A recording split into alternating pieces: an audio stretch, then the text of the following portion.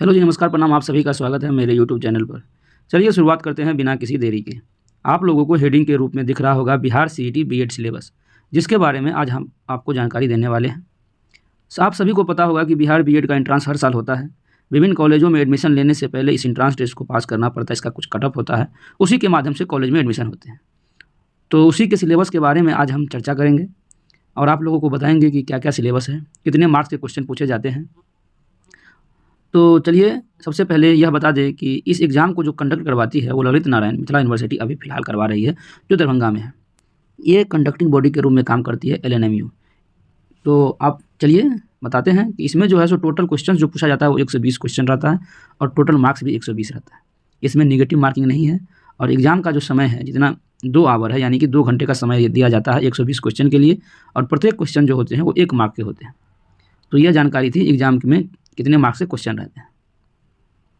Minimum qualifying marks जो है exam में वो अनरिजर्व कैटेगरी के लिए 35% है, यानी 120 का 35% 42 मार्क्स है।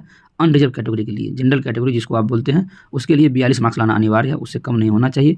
OBC, SC, ST, EWS, physical handicapped और ईबीसी के लिए 30% मार्क्स लाना अनिवार्य है, यानी कि 120 का 30% जो होगा वो 36 मार्क्स होगा। इन सभी को जो है सो 36 मार्क्स लाना होगा। मिनिमम क्वालिफाइंग मार्क्स है, इससे आपको ऊपर लाना है, इससे नीचे रहने पर आपका एडमिशन नहीं हो पाएगा। तो चलिए बताते हैं कि इसका सिलेबस है, इसमें क्या क्या पूछा जाता है। जनरल इंग्लिश जो है उसमें पूछा जाता है fill in the blanks, antonyms and synonyms, idioms and phrases, spelling error और वन वर्ड सब्स्टिट्यूशन। ये सब पूछ जाते हैं इंग्लिश में। ये सारे टॉपिक इंग्लिश के सिलेबस के अंतर्गत आ जाते हैं, जो आप यदि इन चीज़ों को आप पढ़ लेंगे तो जो भी क्वेश्चन पूछा जाएगा आप उसको आसानी से सॉल्व कर सकते हैं। इस सब की तैयारी हम आपको करवाएंगे। यदि आप लोगों को ज़रूरत है तो कमेंट कीजिए, हम पढ़ा सकते हैं सब। उसके बाद जो है सामान्य हिंदी है, जिसमें संधि, समास, उपसर्ग के बारे में, प्रत्यय, रस, छंद, अलंकार, मुहावरों और लोकोक्तियाँ भी है। कहावतें पूछे जाते हैं, अनेक शब्दों के लिए एक शब्द पूछे जाते हैं, गद्यांश भी पूछे जाते हैं, रिक्त स्थान की पूर्ति भी, व्याकरण से भी कुछ क्वेश्चन रहते हैं, वो संधि समास व्याकरण के अंतर्गत जाते हैं। पर्यायवाची शब्द रहते हैं और विपरीत अर्थक शब्द भी रहते हैं। ये सारे जो है हिंदी के अंतर्गत आ जाते हैं। अब चलिए देखते हैं अगला जो है सिलेबस के अंतर्गत, वो है लॉजिकल एंड एनालिटिकल रीजनिंग है। इसमें सिलोजिज्म है, स्टेटमेंट एंड आर्गूमेंट्स है, स्टेटमेंट एंड एजम्पशंस है, स्टेटमेंट एंड कंक्लूजन्स है, असर्शन एंड रीजन है, पंच लाइन्स है, सिचुएशन रिजेक्शन टेस्ट है, कॉज एंड इफेक्ट है, एनालिटिकल रीजनिंग है। अब यह एक तरह से साधारण क्वेश्चन ही पूछे जाते हैं, इंग्लिश में लिखा हुआ है, इससे आप लोगों को घबराना नहीं है कि क्या क्या बता रहे हैं सर। ये सारे यदि आपको हिंदी में बता दिया जाएगा, आप इसका गूगल भी कर सकते हैं। सारे आसान टॉपिक है, कोई हार्ड रीजनिंग नहीं पूछा जाता है, बहुत ही आसान रीजनिंग रहता है। जो आप डेली लाइफ में रीजनिंग सॉल्व कर सकते हैं उतना आसान रहता है।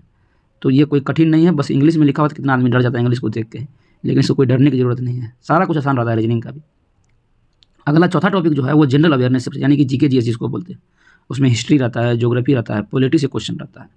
फिर जो है सो क्वेश्चन जो रहता है वो सोशल इशू से रहता है, जनरल साइंस जिसमें फिजिक्स, केमिस्ट्री, बायोलॉजी से जनरल साइंस के बारे में पूछा जाता है। 5 ईयर प्लान रहता है, करंट अफेयर्स भी रहता है, और अदर मिसलेनियस क्वेश्चन, यानी कि जो इन सबसे बाहर से रहेगा उसको अदर मिसलेनियस क्वेश्चन के अंतर्गत रख दिया जाता है। करंट अफेयर, वर्तमान में जो घटना होती है उसके बारे में कुछ जानकारी आपको रहना चाहिए।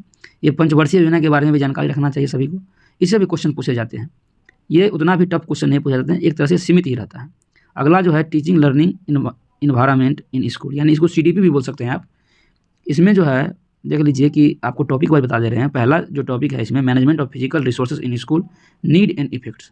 दूसरा टॉपिक इसके अंतर्गत आता है students related issues, teacher students relationship, motivation, discipline, leadership, ETC, teaching and learning process, ideal teacher, effective teaching, handling of student, classroom communication, ETC। और चौथा जो टॉपिक है वो curricular and extra curricular activities such as debates, sports, cultural activities, ETC।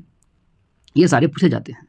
यदि आपको यह जानकारी अच्छा लगा है तो हमारे चैनल को सब्सक्राइब कीजिए, वीडियो को लाइक कीजिए, वीडियो को शेयर कीजिए और बेल आइकन को दबा दीजिए। जय हिंद, जय भारत।